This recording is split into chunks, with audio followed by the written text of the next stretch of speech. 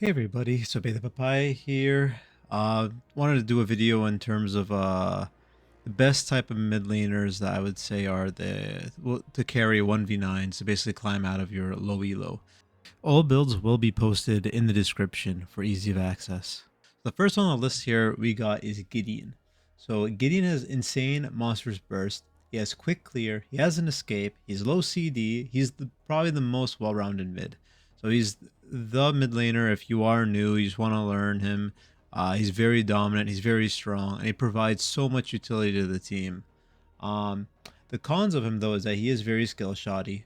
His mana is sufficient, but it costs a lot to burst, and his ult leaves him vulnerable to CC, unless of course you build True Silver, which you tend to try and avoid to maximize your damage, and mispositioning and timing easily can punish him. So first thing you're going to do is you're going to level up his Q, which is his Cosmic Rift. After that, you're going to level up his RMB, which is his Void Breach. Then you're going to level up his E. And then whenever you can, you want to always level up your ultimate whenever possible. So the best build overall with Gideon, in my opinion, is looking at getting Soulbearer, Combustion, Wraith Leggings, Caustica, Mega Cosm, and Oblivion Crown.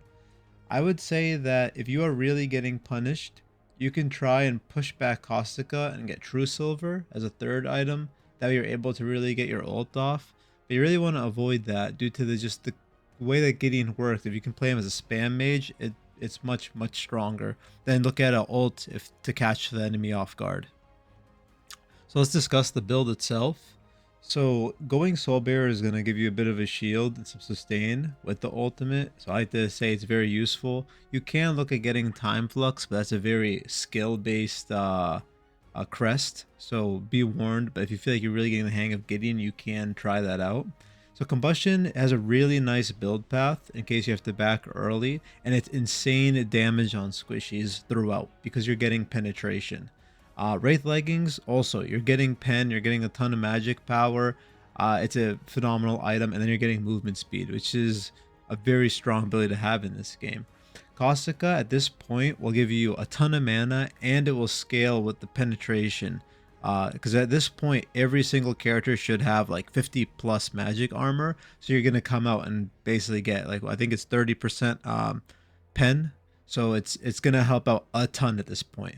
Mega costs them to get rid of the tanks due to the tank meta, and then Oblivion Crown honestly is also in the same point to get rid of the tanks and also apply a ton of burst damage, since it is percent max HP as well, and it just scales overall with your entire kit. The next character we're going to talk about is Faye. Faye provides strong clear with strong poke and CC that the average prep player can't escape. Kit is fairly low cooldown and very spammable. The combo is to E and Q poke to lower the enemy's HP and then look into a full ult engage while spamming your stacked E, Q, and RMB dot damage with Mega Cosm proc. As you get more skilled, using RMB before ulti will help increase the chance of explosion RMB while stunned.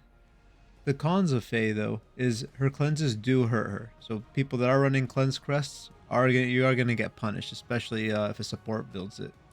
You are very squishy with minimal escape. As a Faye, you should look into playing passive with a ward on the close back whenever possible. Positioning is very important with Faye.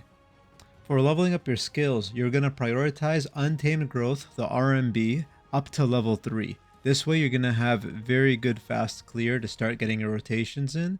Then after getting only level 3 on your RMB, you then max out Harvest Nettles, which is the E.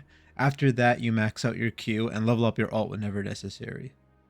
So your build path is going to be either going Epoch to play passive, or to go Obelisk, which is going to allow you to get a lot more damage output.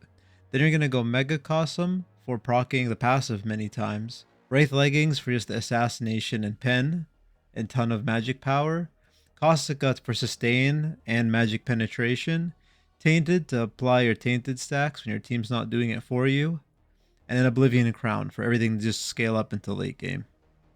And now it's time for my favorite character. The number one trick pony in the entire game, in my opinion. Countis.